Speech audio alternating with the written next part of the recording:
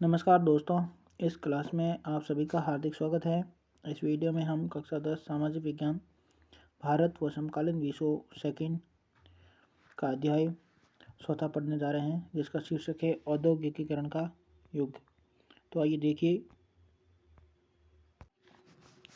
E.T. Paul music company ने सन 1900 में संगीत की एक किताब प्रकाशित की थी, जिसकी जिल्द पर दी गई तस्वीर में नई सदी के उदय का ऐलान किया था। जैसा कि आप इस चित्र में देख सकते हैं, तस्वीर के मध्य में एक देवी जैसी तस्वीर है। ये देवी हाथ में नई शताब्दी की ध्वजा लिए प्रगति का परिश्ता दिखाई देती है। उसका एक पाँव पंखों वाले पहिए पर टिका हुआ है। ये पहिया समय का प्रतीक है। उसकी उड़ान भविष्य की ओर है। उसके पीछे उन्नति के सिंह तैर रहे हैं। रेलवे, कैमरा, मशीनें, प्रिंटिंग प्रेस और कारखाना। मशीन और तकनीक का ये महिमा मंडन एक अन्य तस्वीर में और भी ज़्यादा साफ दिखाई देता है। ये तस्वीर एक व्यापारिक पत्रिका के पन्नों पर 100 साल से भी पहले छपी थी। इस तस्वीर में दो जादूगर दिखाए गए हैं। ऊपर वाले हिस्से में प्राच्य इलाके का अलादीन है, जिसने अपने जादुई सिरा को रगड़कर एक भव्य महल का निर्माण कर दिया है। नीचे एक आधुनिक मैकेनिक है, जो अपने आधुनिक औजारों से एक नया जादू रच रहा है। वह पुल, पानी के जहाज, मीनार और गगनचुंबी इमारतें बनाता है। अलाउद्दीन पूर्व और अतीत का प्रतीक है। मैकेनिक पश्चिम और आधुनिकता का। ये तस्वीरें आधुनिक विश्व की विजय गाथा कहती है। इस गाथा में आधुनिक विश्व द्रुत तकनीकी बदलावों व आविष्कारों, मशीनों व कारखानों, रेलवे और वाष्पोतों की दुनिया के रूप में दर्शाया गया है। इसमें औद्योगिकीकरण का इतिहास विकास की कहानी के रूप में सामने आता है और आधुनिक युग तकनीकी प्रगति के भव्य युग के रूप में उभरता है। अब ये छवियाँ और ये संबंध लोकमानस का हिस्सा बन चुके हैं। क्या आप भी तेज औद्योगिकीकरण को प्रगति व आधुनिकता के काल के रूप में नहीं देखते? क्या आपको नहीं लगता कि रेलवे और फैक्ट्रियों का निर्माण, गगनचुंबी इमारतों व पुलों का विस्तार समाज के विकास का द्योतक होता है? ये छवियाँ किस प्रकार विकसित हुई हैं? इन विचारों से हमारा क्या संबंध है? क्या औद्योगिकीकरण के लिए तीव्र तकनीकी विकास हमेशा ज़रूरी होता है? क्या आज भी हम तमाम तरह के कामों के दिनानुदिन बढ़ते मशीनीकरण का गुणगान कर सकते हैं? औद्योगिकीकरण से लोगों की ज़िंदगी पर क्या असर पड़ा है? ऐसे सवालों का जवाब देने के लिए हमें औद्योगिकीकरण के इतिहास को समझना पड़ेगा। इस अध्याय में हम यही इतिहास पढ़ेंगे। यहाँ हम दुनिया के पहले औद्योगिक राष्ट्र ब्रिटेन और उसके बाद भारत में औद्योगिकीकरण का अध्ययन करेंगे, जहाँ औद्योगिक बदलाव का पैटर्न औपनिवेशिक शासन से तय हो रहा था। इस अध्याय का पहला टॉपिक है औद्योगिक क्रांति से पहले। औद्योगिकीकरण को अक्सर हम कारखानों के विकास के साथ ही जोड़कर देखते हैं। जब हम औद्योगिक उत्पादन की बात करते हैं तो हमारा आशय फैक्ट्री में होने वाले उत्पादन से होता है, और जब हम औद्योगिक मजदूरों की बात करते हैं तो भी हमारा आशय कारखानों में काम करने वाले मजदूर से ही होता है। औद्योगिकीकरण के इतिहास अक्सर प्रारंभिक फैक्ट्रियों की स्थापना से शुरू होते हैं, पर इस सोच में एक समस्या है। दरअसल इंग्लैंड और यूरोप में फैक्ट्रियों की स्थापना से भी पहले ही अंतर्राष्ट्रीय बाजार के लिए बड़े पैमाने पर औद्योगिक उत्पादन होने लगा था। यह उत्पादन फैक्ट्री में नहीं होता था। बहुत सारे इतिहासकार औद्योगिकीकरण के इस चरण को आदि औद्योगिकीकरण का नाम देते हैं। 17वीं और 18वीं शताब्दी में यूरोपीय शहरों के सौदागर गांवों की तरफ रुख करने लगे थे। वे किसानों और कारीगरों को पैसा देते थे और उनसे अंतर्राष्ट्रीय बाजार के लिए उत्पादन करवाते थे। उस समय विश्व व्यापार के विस्तार और दुनिया के विभिन्न भागों में उपनिवेश की स्थापना के कारण चीज़ों की मांग बढ़ने लगी थी। इस मांग को पूरा करने के लिए केवल शहरों में रहते हुए उत्पादन नहीं बढ़ाया जा सकता था। वजह यह थी कि शहरों में शहरी दस्तकारी और व्यापारी गिल्ड्स काफ़ी ताकतवर थे। यह गिल्ड्स उत्पादकों के संगठन होते थे। गिल्ड्स से जुड़े उत्पादक कारीगरों को प्रशिक्षण देते थे, उत्पादकों पर नियंत्रण रखते थे, प्रतिस्पर्धा और मूल्य तय करते थे तथा व्यवसाय में नए लोगों को आने से रोकते थे। शासकों ने भी विभिन्न गिल्ड्स को खास उत्पादों के उत्पादन और व्यापार का एकाधिकार दिया हुआ था। फलस्वरूप नए व्यापारी शहरों में कारोबार नहीं कर सकते थे, इसलिए वे गाँव की तरफ जाने लगे। गाँव में गरीब काश्तकार और दस्तकार सौदागरों के लिए काम करने लगे। जैसा कि आपने पिछले साल की पाठ्य पुस्तक में देखा है, यह एक ऐसा समय था जब खुले खेत खत्म होते जा रहे थे और कॉमन्स की बाड़ाबंदी की जा रही थी। अब तक अपनी रोजी रोटी के लिए साझा ज़मीनों से जलावन की लकड़ी, बेरियां, सब्जियां, भूसा और सारा आदि बीनकर काम चलाने वाले छोटे किसान और गरीब किसान आमदनी के नए स्रोत ढूंढ रहे थे। बहुतों के पास छोटे मोटे खेत तो थे, लेकिन उनसे घर के सारे लोगों का पेट नहीं भर सकता था। इसलिए जब सौदागर वहां आए और उन्होंने माल पैदा करने के लिए पेश की रकम दी तो किसान फौरन तैयार हो गए। सौदागरों के लिए काम करते हुए वे गांव में ही रहते हुए अपने छोटे छोटे खेतों को भी संभाल सकते थे। इस आदि औद्योगिक उत्पादन से होने वाले आमदनी ने खेती के कारण सिमटती आय में बड़ा सहारा दिया। अब उन्हें पूरे परिवार के श्रम संसाधनों के इस्तेमाल का मौका भी मिल गया। इस व्यवस्था से शहरों और गांवों के बीच एक घनिष्ठ संबंध विकसित हुआ। सौदागर रहते तो शहरों में थे, लेकिन उनके लिए काम ज़्यादातर देहात में चलता था। इंग्लैंड के कपड़ा व्यवसायी स्टेपलर्स से ऊन खरीदते थे और उसे सूत काटने वालों के पास पहुंचा देते थे। इससे जो धागा मिलता था उसे बुनकरों, फुलर्स और रंग साजों के पास ले जाया जाता था। लंदन में कपड़ों की फिनिशिंग होती थी। इसके बाद निर्यातक व्यापारी कपड़े को अंतर्राष्ट्रीय बाजार में बेच देते थे। इसलिए लंदन को तो फिनिशिंग सेंटर के रूप में ही जाना जाने लगा था। यह आदि औद्योगिक व्यवस्था व्यावसायिक आदान प्रदान के नेटवर्क का हिस्सा थी। इस पर सौदागरों का नियंत्रण था और चीज़ों का उत्पादन कारखानों की बजाय घरों में होता था। उत्पादन के प्रत्येक चरण में प्रत्येक सौदागर 20 से 25 मजदूरों से काम करवाता था। इसका मतलब यह था कि कपड़ों के हर सौदागर के पास सैकड़ों मजदूर काम करते थे। कारखानों का उदय। इंग्लैंड में सबसे पहले 1730 के दशक में कारखाने खुले, लेकिन उनकी संख्या में तेजी से इजाफा 18वीं सदी के आखिर में ही हुआ। कपास नए युग का पहला प्रतीक था। 19वीं सदी के आखिर में कपास के उत्पादन में भारी बढ़ोतरी हुई। 1760 में ब्रिटेन अपने कपास उद्योग की ज़रूरतों को पूरा करने के लिए 25 लाख पाउंड से कपास का आयात करता था। 1787 में यह आयात बढ़कर 220 लाख पाउंड तक पहुंच गया। यह इजाफा उत्पादन की प्रक्रिया में बहुत सारे बदलावों का परिणाम था।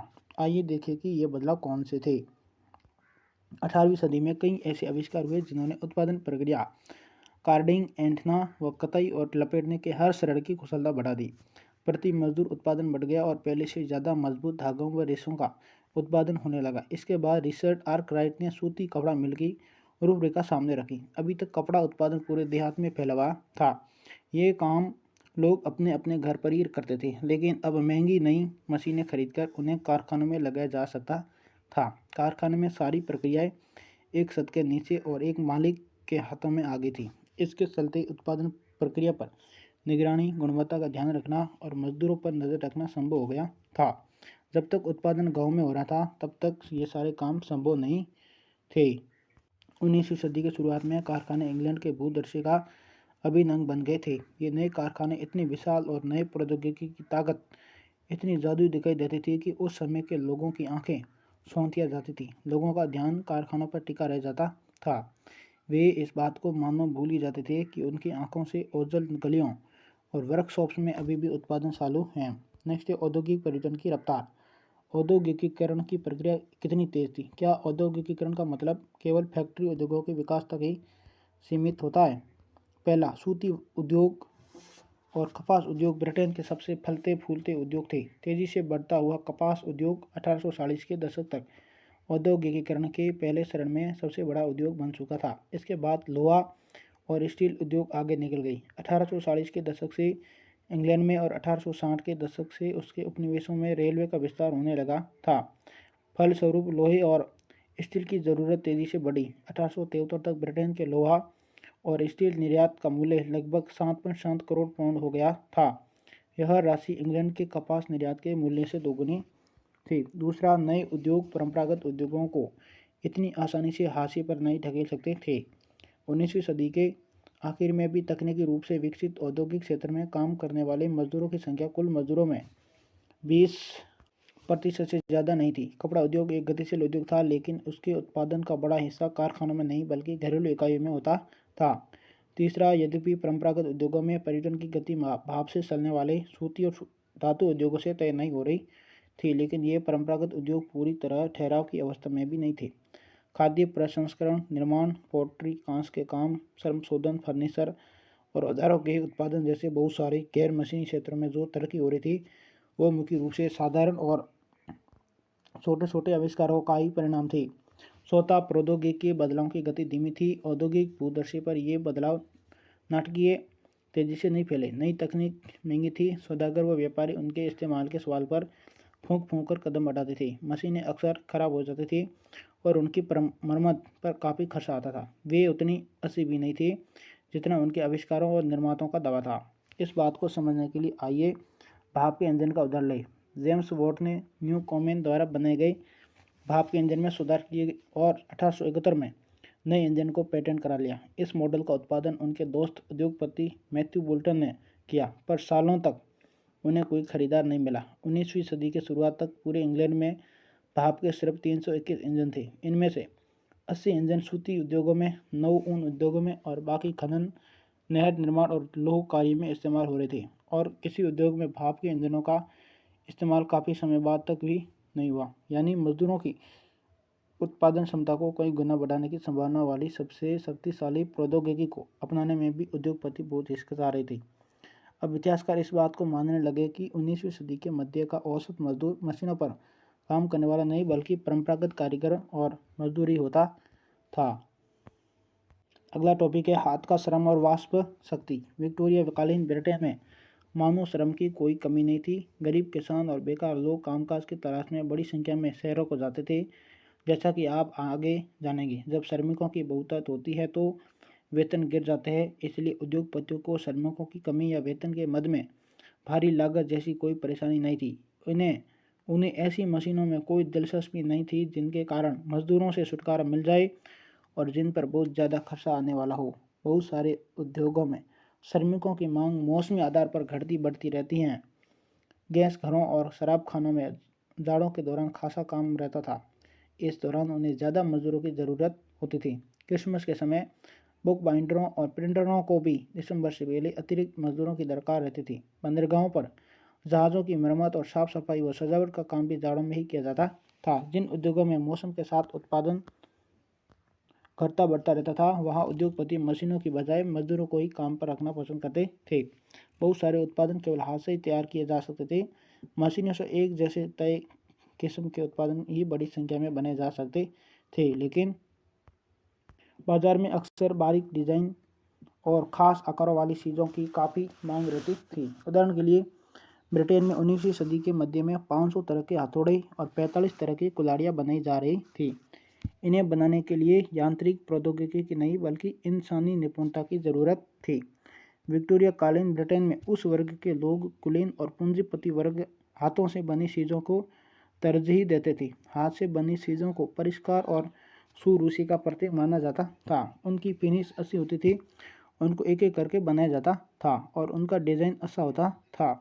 मशीनों से बनने वाले उत्पादों को उपनिवेशों में निर्यात कर दिया जाता था। जिन देशों में मजदूरों की कमी होती है, वहाँ उद्योगपति मशीनों का इस्तेमाल करना ज़्यादा पसंद करते हैं ताकि कम से कम मजदूरों का इस्तेमाल करके वे अपना काम चला सके। 19वीं सदी के अमेरिका में यही स्थिति थी, लेकिन ब्रिटेन में कामगारों की कोई कमी नहीं थी। मजदूरों की ज़िंदगी। बाजार में श्रम की बहुतायत से मजदूरों की ज़िंदगी भी प्रभावित हुई। जैसे ही नौकरियों की खबर गांव में पहुंची, सैकड़ों की तादाद में लोगों के हुजूम शहरों की तरफ चल पड़े। नौकरी मिलने की संभावना यारी दोस्ती, कुटुंब के जरिए जान पहचान पर निर्भर करती थी।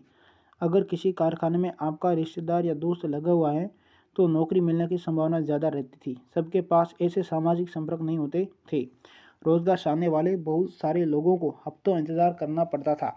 वे पुलों के नीचे या रेन बसेरों में रातें काटते थे। कुछ बेरोजगार शहर में बने निजी रेन बसेरों में रहते थे। बहुत सारे निर्धन कानून विभाग द्वारा चलाए जाने वाले अस्थायी बसेरों में रुकते थे। बहुत सारे उद्योगों में मौसमी काम की वजह से कामगारों को बीच बीच में बहुत समय तक खाली बैठना पड़ता था। काम का सीजन गुजर जाने के बाद गरीब दोबारा सड़क पर आ जाते थे। कुछ लोग जाड़ों के बाद गाँव में चले जाते थे जहाँ इस समय काम निकलने लगता था, लेकिन ज़्यादातर शहरों में ही छोटा मोटा काम ढूंढने की कोशिश करते थे, जो 19वीं सदी के मध्य तक भी आसान काम नहीं था। 19वीं सदी की शुरुआत में वेतन में कुछ सुधार आया, लेकिन इससे मजदूर की हालत में बेहतरी का पता नहीं चलता। औसत आंकड़ों से अलग अलग व्यवसायों के बीच आने वाले फर्क और साल दर साल होने वाले उतार चढ़ाव छिपे रह जाते थे। मिसाल के तौर पर जब लंबे नेपोलियनी युद्ध के दौरान कीमतें तेजी से बढ़ी तो मजदूरों की आय के वास्तविक मूल्य में भारी कमी आ गई। अब उन्हें वेतन तो पहले जितना मिलता था, लेकिन उससे भी पहले जितनी चीज़ें नहीं खरीद सकते थे। मजदूरों की आमदनी भी सिर्फ वेतन दर पर ही निर्भर नहीं होती थी। रोजगार की अवधि भी बहुत महत्वपूर्ण थी। मजदूरों की औसत दैनिक आय इससे तय होती थी कि उन्होंने कितने दिन काम किया है। 19वीं सदी के मध्य में सबसे अच्छे हालात में भी लगभग 10% शहरी आबादी निहायत गरीब थी। 1830 के दशक में आई आर्थिक मंदी जैसे दौरों में बेरोजगारों की संख्या विभिन्न क्षेत्रों में 35 से 75% तक पहुंच जाती थी। बेरोजगारी की आशंका के कारण मजदूर नई प्रौद्योगिकी से सिड़ते थे। जब ऊन उद्योग में स्पिनिंग जेनी मशीन का इस्तेमाल शुरू किया गया तो हाथ से ऊन काटने वाली औरतें इस तरह की मशीनों पर हमला करने लगी। जेनी के इस्तेमाल पर यह टकराव लंबे समय तक चलता रहा। 1840 के दशक के बाद शहरों में निर्माण की गतिविधियां तेजी से बढ़ी। लोगों के लिए नए रोजगार पैदा हुए, सड़कों को चौड़ा किया गया, नए रेलवे स्टेशन बने, रेलवे लाइनों का विस्तार किया गया, सुरंगें बनाई गई, निकासी और सीवर व्यवस्था बिछाई गई, नदियों के तटबंध बनाए गए। परिवहन उद्योग में काम करने वालों की संख्या 1840 के दशक में दोगुना और अगले 30 सालों में एक बार फिर दोगुना हो गई। तीसरा टॉपिक है उपनिवेशों में औद्योगिकीकरण। आइए अब भारत पर नज़र डालें और देखें कि एक उपनिवेश का औद्योगिकीकरण कैसे होता है। यहाँ भी हम कारखाना उद्योग के साथ साथ गैर मशीनी क्षेत्र पर भी ध्यान देंगे। हमारा अध्ययन मुख्य रूप से कपड़ा उद्योग तक ही सीमित रहेगा। भारतीय कपड़े का युग। मशीनी उद्योगों के युग से पहले अंतर्राष्ट्रीय कपड़ा बाजार में भारत के रेशमी और सूती उत्पादों का ही दबदबा रहता था। बहुत सारे देशों में मोटा कपास पैदा होता था, लेकिन भारत में पैदा होने वाला कपास महीन किस्म का था। आर्मीनियन और फारसी सौदागर पंजाब से अफगानिस्तान, पूर्वी फारस और मध्य एशिया के रास्ते यहाँ की चीज़ें लेकर जाते थे। यहाँ के बने महीन कपड़ों के थान ऊँटों की पीठ पर लाद कर पश्चिमोत्तर सीमा से पहाड़ी दर्रों और रेगिस्तानों के पार ले जाए जाते थे। मुख्य पूर्व औपनिवेशिक बंदरगाहों से फलता फूलता समुद्री व्यापार चलता था। गुजरात के तट पर स्थित सूरत बंदरगाह के जरिए भारत खाड़ी और लाल सागर के बंदरगाहों से जुड़ा हुआ था। कोरोमंडल तट पर मछलीपट्टनम और बंगाल में हुगली के माध्यम से भी दक्षिण पूर्वी एशियाई बंदरगाहों के साथ खूब व्यापार चलता था।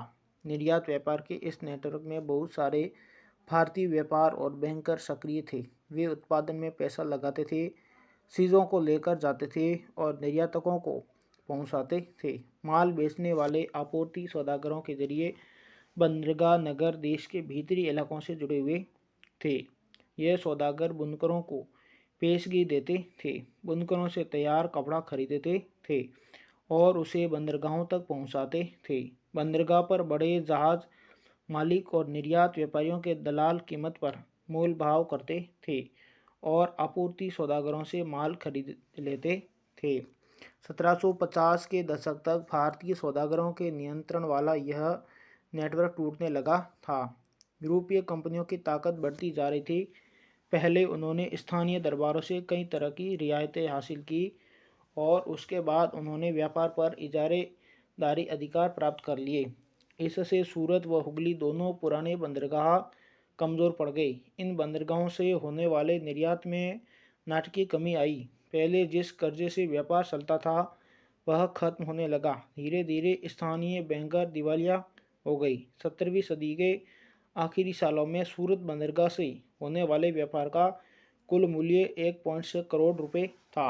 1740 के दशक तक यह गिरकर केवल 30 लाख रुपए रह गया था। सूरत व हुगली कमज़ोर पड़ रहे थे और बम्बई व कलकत्ता की स्थिति सुधर रही थी। पुराने बंदरगाहों की जगह नए बंदरगाहों का बढ़ता महत्व औपनिवेशिक सत्ता की बढ़ती ताकत का संकेत था। नए बंदरगाहों के जरिए होने वाला व्यापार यूरोपीय कंपनियों के नियंत्रण में था और यूरोपीय जहाज़ों के जरिए होता था। बहुत सारे पुराने व्यापारी घराने ढह चुके थे जो बसे रहना चाहते थे। उनके पास भी यूरोपीय व्यापारी कंपनियों के नियंत्रण वाले नेटवर्क में काम करने के अलावा कोई सारा नहीं था। इन बदलावों ने बुनकरों व अन्य कारीगरों की ज़िंदगी को किस तरह प्रभावित किया। बुनकरों का क्या हुआ। 1760 के दशक के बाद ईस्ट इंडिया कंपनी की सत्ता के सुदृढ़ीकरण की शुरुआत में भारत के कपड़ा निर्यात में गिरावट नहीं आई। ब्रिटिश कपास उद्योग अभी फैलना शुरू नहीं हुआ था और यूरोप में बारीक भारतीय कपड़ों की भारी मांग थी। इसलिए कंपनी भी भारत से होने वाले कपड़े के निर्यात को ही और फैलाना चाहते थे।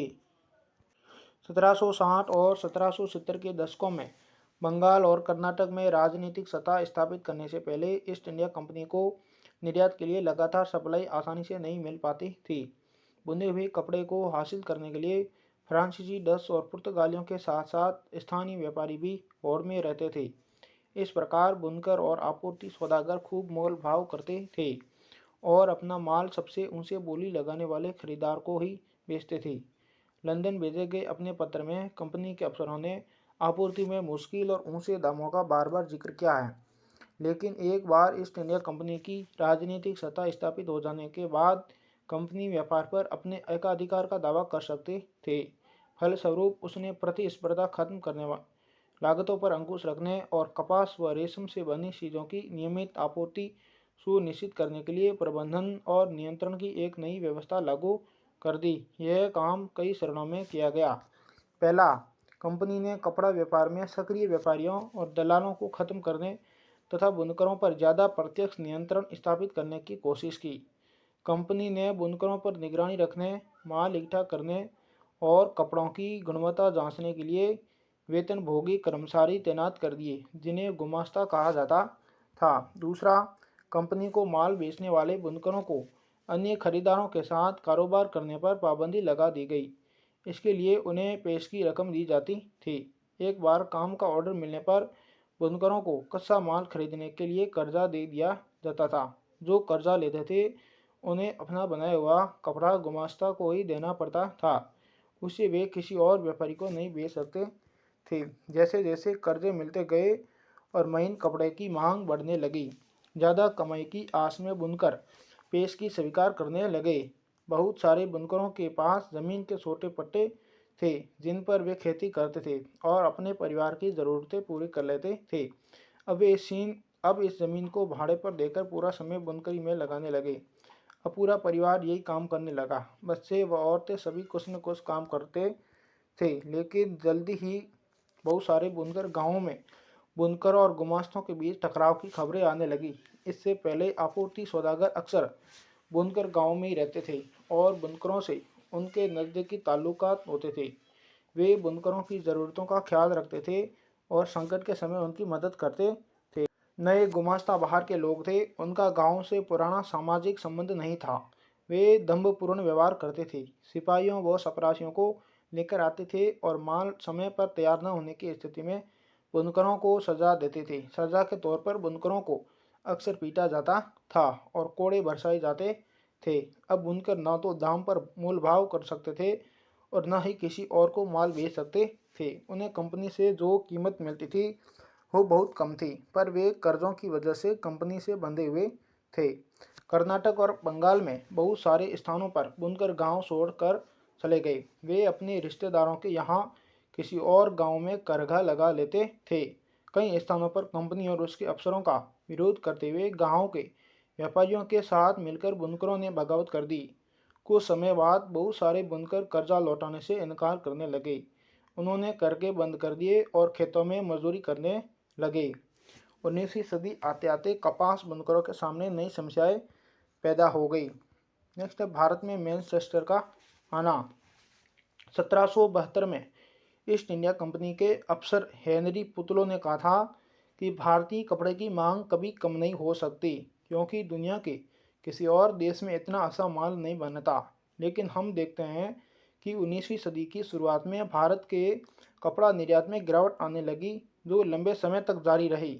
1811 से 12 में सूती माल का हिस्सा कुल निर्यात में 33% था। 1850-51 में यह मात्र 3% रह गया। ऐसा क्यों हुआ, उसके निहितार्थ क्या थे? जब इंग्लैंड में कपास उद्योग विकसित हुआ तो वहाँ के उद्योगपति दूसरे देशों से आने वाले आयात को लेकर परेशान दिखाई देने लगे। उन्होंने सरकार पर दबाव डाला कि वो आयातित कपड़े पर आयात शुल्क वसूल करे, जिससे मैनचेस्टर में बने कपड़े बाहरी प्रतिस्पर्धा के बिना इंग्लैंड में आराम से बिक सके। दूसरी तरफ उन्होंने ईस्ट इंडिया कंपनी पर दबाव डाला कि वह ब्रिटिश कपड़ों को भारतीय बाजार में भी बेचे। 19वीं सदी की शुरुआत में ब्रिटेन के वस्त्र उत्पादों के निर्यात में नाटकीय वृद्धि हुई। 18वीं सदी के आखिर में भारत में उत्पादों का न के बराबर निर्यात होता था।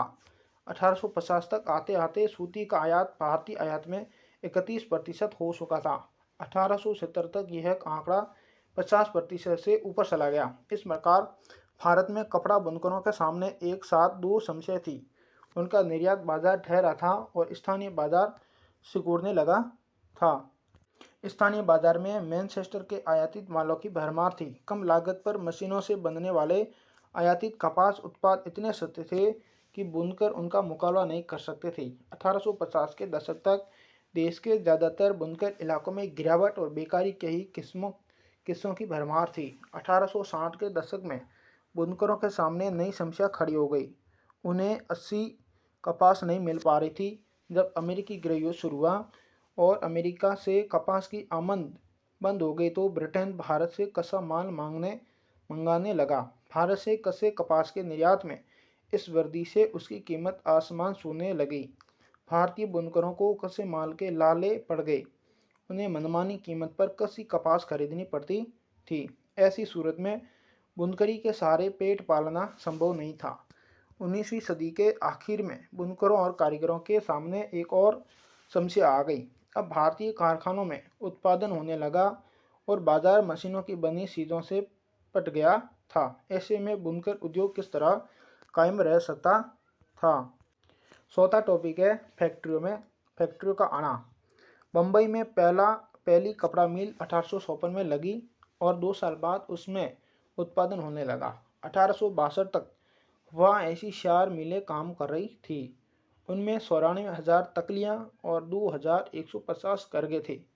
उसी समय बंगाल में जूट मिलें खुलने लगी। वहाँ देश की पहली जूट मिल 1855 में और दूसरी 7 साल बाद 1862 में चालू हुई। उत्तरी भारत में एल्गिन मिल 1860 के दशक में कानपुर में खुली। इसके साल भर बाद अहमदाबाद की पहली कपड़ा मिल भी चालू हो गई।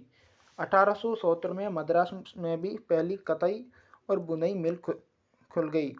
ये उद्योग कौन लगा रहा था, उनके लिए पूंजी कहाँ से आ रही थी, मिलों में काम करने वाले कौन थे। तो देखिए, प्रारंभिक उद्यमी देश के विभिन्न भागों में तरह तरह के लोग उद्योग लगा रहे थे। आइए देखें ये कौन लोग थे। बहुत सारे व्यावसायिक समूहों का इतिहास चीन के साथ व्यापार के ज़माने से चला आ रहा था, जैसा कि पिछले साल की किताब में आपने पढ़ा था। 18वीं सदी के आखिर से ही अंग्रेज भारतीय अफीम का चीन को निर्यात करने लगे थे। उसके बदले में वे चीन से चाय खरीदते थे जो इंग्लैंड जाती थी। इस व्यापार में बहुत सारे भारतीय कारोबारी चाय की हैसियत में पहुंच गए थे। वे पैसा उपलब्ध कराते थे, आपूर्ति सुनिश्चित करते थे और माल को जहाज़ों में लादकर रवाना करते थे। व्यापार से पैसा कमाने के बाद उनमें से कुछ व्यवसायी भारत में औद्योगिक उद्यम स्थापित करना चाहते थे। बंगाल में द्वारकानाथ टैगोर ने चीन के साथ व्यापार में खूब पैसा कमाया और वे उद्योगों में निवेश करने लगे। 1830 से 1840 के दशकों में उन्होंने संयुक्त उद्यम कंपनियां लगा ली थी। 1840 के दशक में आए व्यापक व्यावसायिक संगठनों में औरों के साथ साथ टैगोर के उद्यम भी बैठ गए। लेकिन 19वीं सदी में चीन के साथ व्यापार करने वाले बहुत सारे व्यवसायी सफल उद्योगपति भी साबित हुए। बम्बई में डिनसो पेटिट और आगे चलकर देश में विशाल औद्योगिक साम्राज्य स्थापित करने वाले जमशेदजी नसरवानजी टाटा जैसे पारसियों ने आंशिक रूप से चीन को निर्यात करके और आंशिक रूप से इंग्लैंड को कच्ची कपास निर्यात करके पैसा कमा लिया था। 1917 में कलकत्ता में देश की पहली जूट मिल लगाने वाले मारवाड़ी व्यवसायी सेठ हुकुम चंद ने भी चीन के साथ व्यापार किया था। यही काम प्रसिद्ध उद्योगपति जी.डी. बिरला के पिता और दादा ने किया। पूंजी इकट्ठा करने के लिए अन्य व्यापारिक नेटवर्कों का सहारा लिया गया। मद्रास के कुछ सौदागर बर्मा से व्यापार करते थे, जबकि कुछ के मध्य पूर्व व पूर्वी अफ्रीका में संबंध थे। इनके अलावा भी कुछ वाणिज्यिक समूह थे, लेकिन वे विदेश व्यापार से सीधे जुड़े हुए नहीं थे। वे भारत में ही व्यवसाय करते थे। वे एक जगह से दूसरी जगह माल ले जाते थे, सूद पर पैसा चलाते थे, एक शहर से दूसरे शहर में पैसा पहुंचाते थे और व्यापारियों को पैसा देते थे। जब उद्योगों में निवेश के अवसर आए तो उनमें से बहुतों ने फैक्ट्री लगा ली। जैसे भारतीय व्यापार पर औपनिवेशिक शिकंजा कसता गया, वैसे वैसे भारतीय व्यवसायियों के लिए जगह सिकुड़ती गई। उन्हें अपना तैयार माल यूरोप में बेचने से रोक दिया गया। अब वे मुख्य रूप से कच्चे माल और अनाज कसी, कपास, अफीम, गेहूं और नील का ही निर्यात कर सकते थे, जिनकी अंग्रेजों को ज़रूरत थी। धीरे धीरे उन्हें जहाजरानी व्यवसाय से भी बाहर धकेल दिया गया। पहले विश्व युद्ध तक यूरोपीय प्रबंधकीय एजेंसियां भारतीय उद्योगों के विशाल क्षेत्र का नियंत्रण करती थी। इनमें bird he girls and company, Andrew Yule और जार्डिन स्किनर एंड कंपनी सबसे बड़ी कंपनियां थीं। ये एजेंसियां पूंजी जुटाती थी, संयुक्त उद्यम कंपनियां लगाती थी और उनका प्रबंधन संभालती थी। ज़्यादातर मामलों में भारतीय वित्त पोषक पूंजी उपलब्ध कराते थे, जबकि निवेश और व्यवसाय से संबंधित फैसले यूरोपीय एजेंसियां लेती थी। यूरोपीय व्यापारियों, उद्योगपतियों के अपने वाणिज्यिक परिसंघ थे, जिनमें भारतीय व्यवसायियों को शामिल नहीं किया जाता था। नेक्स्ट है, मजदूर कहाँ से आए? फैक्ट्रियाँ होगी तो मजदूर भी होंगे। फैक्ट्रियों के विस्तार से मजदूरों की मांग बढ़ने लगी।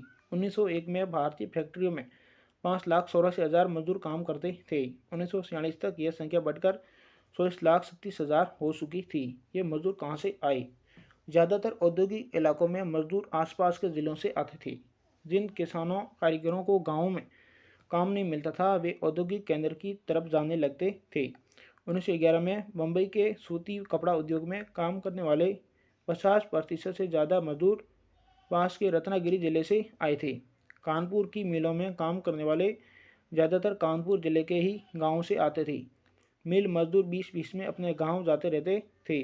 वे फसलों की कटाई व त्योहारों के समय गांव लौट जाते थे। बाद में जब नए कामों की खबर फैली तो दूर दूर से भी लोग आने लगे। उदाहरण के लिए संयुक्त प्रांत के लोग बम्बई के कपड़ा मिलों और कलकत्ता के जूट मिलों में काम करने के लिए पहुंच रहे थे। नौकरी पाना हमेशा मुश्किल था। हालांकि मिलों की संख्या बढ़ती जा रही थी और मजदूर की मांग भी बढ़ रही थी, लेकिन रोजगार चाहने वालों की संख्या रोजगारों के मुकाबले हमेशा ज़्यादा रहती थी। मिलों में प्रवेश भी निश्चित था। उद्योगपति नए मजदूरों की भर्ती के लिए प्राय एक जोबर रखते थे। जोबर कोई पुराना और विश्वस्त कर्मचारी होता था। वह अपने गांव से लोगों को लाता था, उन्हें काम का भरोसा देता था, उन्हें शहर में जमने के लिए मदद देता था और मुसीबत में पैसे से मदद करता था। इस प्रकार जोबर ताकतवर और मजबूत व्यक्ति बन गया था। बाद में जोबर मदद के बदले पैसे व तोहफे की मांग करने लगे और मजदूरों की जिंदगी को नियंत्रित करने लगे। समय के साथ फैक्ट्री मजदूरों की संख्या बढ़ने लगी, लेकिन जैसा कि आप देखेंगे, कुल औद्योगिक श्रम शक्ति में उनका अनुपात बहुत छोटा था। दूसरा टॉपिक है औद्योगिक विकास का अनूठापन। भारत में औद्योगिक उत्पादन पर वर्चस्व रखने वाली यूरोपीय प्रबंधकीय एजेंसियों की कुछ खास तरह के उत्पादों में ही दिलचस्पी थी। उन्होंने औपनिवेशिक सरकार से सस्ती कीमत पर ज़मीन लेकर चाय व कॉफ़ी के बागान लगाए और खनन, नील व जूट व्यवसाय में पैसे का निवेश किया। इनमें से ज़्यादातर ऐसे उत्पाद थे जिनकी भारत में बिक्री के लिए नहीं बल्कि मुख्य रूप से निर्यात के लिए आवश्यकता थी। 19वीं सदी के आखिर में जब भारतीय व्यावसायिक उद्योग लगाने लगे तो उन्होंने भारतीय बाजार में मैनचेस्टर की बनी चीज़ों से प्रतिस्पर्धा नहीं की।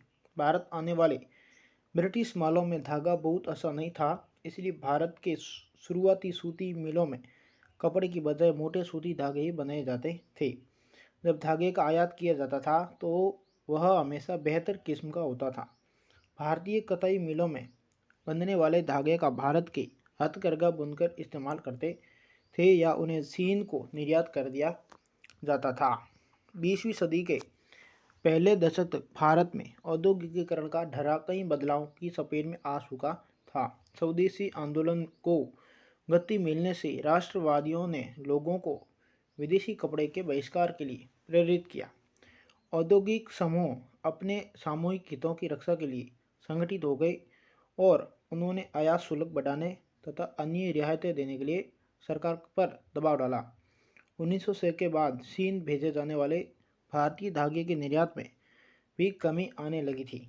चीनी बाजारों में चीन और जापान की मिलों के उत्पाद छा गए थे। फलस्वरूप भारत के उद्योगपति धागे की बजाय कपड़ा बनाने लगे। 1900 से 1912 के भारत में सूती कपड़े का उत्पादन दुगुना हो गया।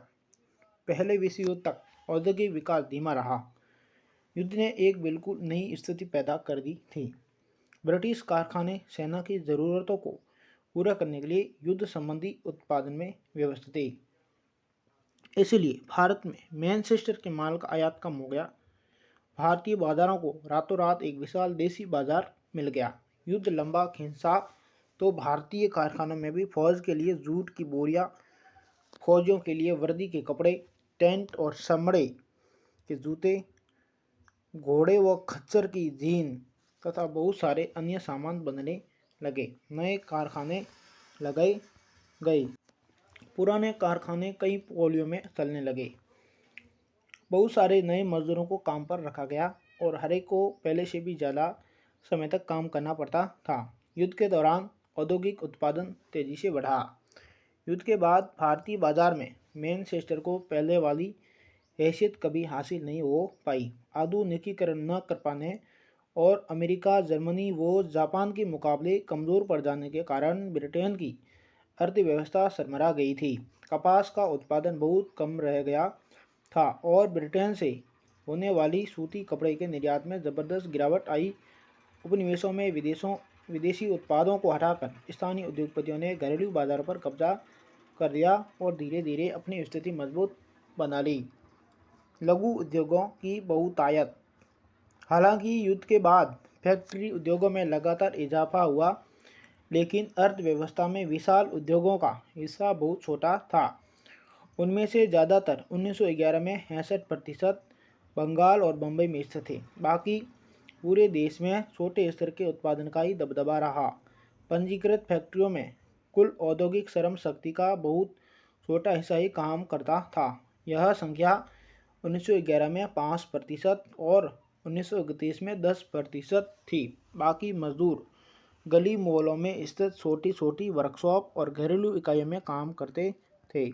कुछ मामलों में तो 20वीं सदी के दौरान हाथ से होने वाले उत्पादन में दरअसल इजाफा हुआ था। ये बात हथकरघा क्षेत्र के बारे में भी सही है, जिसकी हमने पीछे चर्चा की थी।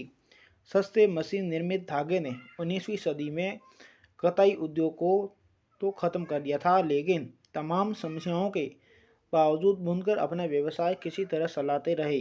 20वीं सदी में हथकरघों पर बने कपड़े के उत्पादन में लगातार सुधार हुआ। 1900 से 1940 के बीच यह 3 गुना हो चुका था। ऐसा कैसे हुआ? इसके पीछे आंशिक रूप से तकनीकी बदलाव का हाथ था। अगर लागत में बहुत ज़्यादा इजाफा न हो और उत्पादन बढ़ सकता हो तो हाथ से काम करने वालों को नई तकनीक अपनाने में कोई परेशानी नहीं होती। इसीलिए 20वीं सदी के दूसरे दशक तक आते आते हम ऐसे बुनकरों को देखते हैं जो फ्लाई शटल वाले करघों का इस्तेमाल करते थे। इससे कामगारों की उत्पादन क्षमता बढ़ी, उत्पादन तेज हुआ और श्रम की मांग में कमी आई। 1941 तक भारत में 35% से ज़्यादा हथकरघों में फ्लाई शटल लगे होते थे। त्रावणकोर, मद्रास, मैसूर, कोचीन, बंगाल आदि क्षेत्रों में तो ऐसे हथकरघे 70 से 80% तक थे। इसके अलावा भी कई छोटे छोटे सुधार किए गए, जिनसे बुनकरों को अपनी उत्पादकता बढ़ाने और मिलों से मुकाबला करने में मदद मिली। मिलों के साथ प्रतिस्पर्धा का मुकाबला कर पाने के मामले में कुछ बुनकर औरों से बेहतर स्थिति में थे। बुनकरों में से कुछ मोटा कपड़ा बनाते थे, जबकि कुछ महीन किस्म के कपड़े बुनते थे। मोटे कपड़े को मुख्य रूप से गरीब ही खरीदते थे और उसकी मांग में भारी उतार चढ़ाव आते थे। खराब फसल और अकाल के समय जब ग्रामीण गरीबों के पास खाने को कुछ नहीं होता था और नकद आय के साधन खत्म हो जाते थे, तो वे कपड़ा नहीं खरीद सकते थे। बेहतर किस्म के कपड़े की मांग खाते पीते तबके में ज़्यादा थी, उसमें उतार चढ़ाव कम आते थे। जब गरीब भूखों मर रहे होते थे, तभी अमीर यह कपड़ा खरीद सकते थे। अकालों से बनारसी या बालूसरी साड़ियों की बिक्री पर असर नहीं पड़ता था। वैसे भी जैसा कि आप देख चुके हैं, मिल विशेष प्रकार की बुनाई की नकल नहीं कर सकते थे। बुने हुए बॉर्डर वाली साड़ियों या मद्रास की प्रसिद्ध लुंगियों की जगह ले लेना मिलों के लिए आसान नहीं था। ऐसा भी नहीं है कि 20वीं सदी में भी उत्पादन बढ़ाते जा रहे बुनकरों व अन्य दस्तकारों को हमेशा फ़ायदा ही हो रहा था। उनकी ज़िंदगी बहुत कठोर थी। उन्हें दिन रात काम करना पड़ता था। अक्सर पूरा परिवार, बच्चे, बूढ़े, औरतें उत्पादन के किसी न किसी काम में हाथ बढ़ाता था। लेकिन ये फैक्ट्रियों के युग में अतीत के अवशेष भर नहीं थे। उनका जीवन और श्रम औद्योगिकीकरण की प्रक्रिया का अभिन्न अंग थे। अगला टॉपिक है वस्तुओं के लिए बाजार। हम देख चुके हैं कि किस तरह ब्रिटिश निर्माताओं ने भारतीय बाजार पर कब्जे के लिए प्रयास किया और किस तरह भारतीय बुनकरों व दस्तकारों, व्यापारियों व उद्योगपतियों ने औपनिवेशिक नियंत्रण का विरोध किया, आयात शुल्क सुरक्षा के लिए मांग उठाई, अपने लिए जगह बनाई और अपने माल के बाजार को फैलाने का प्रयास किया। जब नई चीज़ें बनती हैं तो लोगों को उन्हें खरीदने के लिए प्रेरित भी करना पड़ता है। लोगों को लगना चाहिए कि उन्हें उस उत्पाद की ज़रूरत है। इसके लिए क्या किया गया? नए उपभोक्ता पैदा करने का एक तरीका विज्ञापनों का है। जैसा कि आप जानते हैं, विज्ञापन विभिन्न उत्पादों की ज़रूरी और वांछनीय बना लेते हैं। वे लोगों की सोच बदल देते हैं और नई ज़रूरतें पैदा कर देते हैं। आज हम एक ऐसी दुनिया में हैं जहां चारों तरफ विज्ञापन छाए हुए हैं। अखबारों, पत्रिकाओं, होर्डिंग्स, दीवारों, टेलीविज़न के पर्दे पर सब जगह विज्ञापन छाए हुए हैं। लेकिन अगर हम इतिहास में पीछे मुड़कर देखें तो पता चलता है कि औद्योगिकीकरण की शुरुआत से ही विज्ञापनों ने विभिन्न उत्पादों के बाजार को फैलाने में और एक नई उपभोक्ता संस्कृति रचने में अपनी भूमिका निभाई है। जब मैनचेस्टर के उद्योगपतियों ने भारत में कपड़ा बेचना शुरू किया तो वे कपड़े के बंडलों पर लेबल लगाते थे। लेबल का फ़ायदा यह होता था कि खरीदारों को कंपनी का नाम व उत्पादन की जगह पता चल जाती थी। लेबल ही चीज़ों की गुणवत्ता का प्रतीक भी थी। जब किसी लेबल पर मोटे अक्षरों में मेड इन मैनचेस्टर लिखा दिखाई देता तो खरीदारों को कपड़ा खरीदने में किसी तरह का डर नहीं रहता था। लेबलों पर सिर्फ शब्द और अक्षर ही नहीं होते थे, उन पर तस्वीरें भी बनी होती थी जो अक्सर बहुत सुंदर होती थी। अगर हम पुराने लेबलों को देखें तो उनके निर्माताओं की सोच, उनके हिसाब किताब और लोगों को आकर्षित करने के उनके तरीकों का अंदाज़ा लगा सकते हैं। इन लेबलों पर भारतीय देवी देवताओं की तस्वीरें प्राय होती थी। देवी देवताओं की तस्वीर के बहाने निर्माता यह दिखाने की कोशिश करते थे कि ईश्वर भी चाहता है कि लोग उस चीज़ को खरीदें। कृष्ण या सरस्वती की तस्वीरों का फायदा यह होता था कि विदेशों में बनी चीज़ भी भारतीयों को जानी पहचानी सी लगती थी। 19वीं सदी के आखिर में निर्माता अपने उत्पादों को बेचने के लिए कैलेंडर छपवाने लगे थे। अखबारों और पत्रिकाओं को तो पढ़े लिखे लोग ही समझ सकते थे, लेकिन कैलेंडर उनको भी समझ में आ जाते थे जो पढ़ नहीं सकते थे।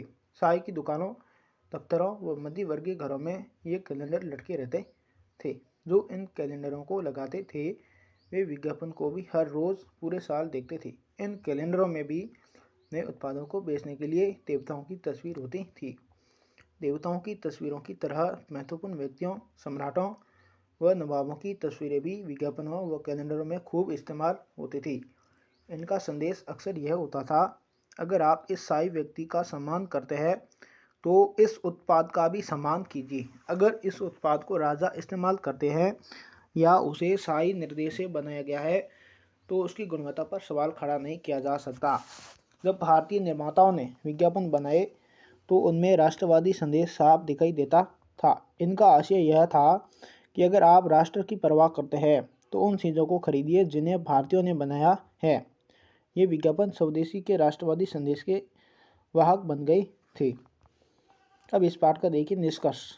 जाहिर है कि उद्योगों के युग में बड़े बड़े प्रौद्योगिकी बदलाव आए हैं, फैक्ट्रियों का उदय हुआ है और नई औद्योगिक श्रमशक्ति अस्तित्व में आई है। लेकिन जैसा कि आपने देखा है, इस युग में हाथ से बनने वाली चीज़ें और छोटे पैमाने का उत्पादन भी औद्योगिक भूदृश्य का एक महत्वपूर्ण हिस्सा रहा है।